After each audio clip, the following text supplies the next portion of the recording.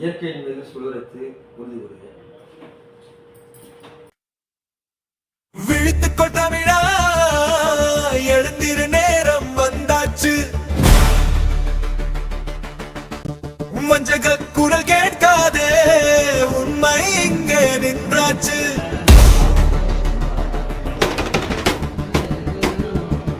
வயலினம் வறண்டு போகுது, யாரோ லாபம் தேடுது. நீட்டே பேரு சூழ்ச்சி உயிரை மண்ணில் புதைக்குது. கடலில் போன மீனவன் கரையில் கண்ணீர் குடும்பம். புயல் வந்து சென்றாலும் மூலமாக ராமநாதபுரம் சட்டமன்ற